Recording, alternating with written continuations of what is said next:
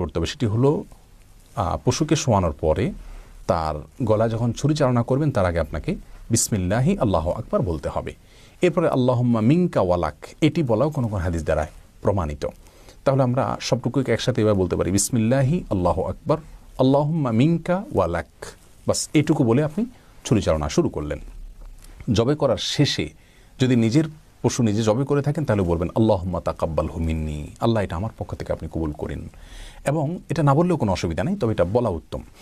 আর অন্য কারোর পক্ষ থেকে করলে আপনি বলবেন আল্লাহুম্মা তাকাব্বালহু মিন অমুক অমুক অমুক অমুক অমুক, অর্থাৎ অমুক অমুকের পক্ষ থেকে আল্লাহ আপনি এটা কবুল করেন। এটা আপনি বাংলায়ও বলতে পারেন, আল্লাহ এটি আমার পক্ষ থেকে কোরবানি হিসাবে আপনি কবুল করুন, অথবা আল্লাহ এটা অমুক অমুক অমুক অমুক তাদের পক্ষ থেকে কোরবানি হিসাবে কবুল করুন।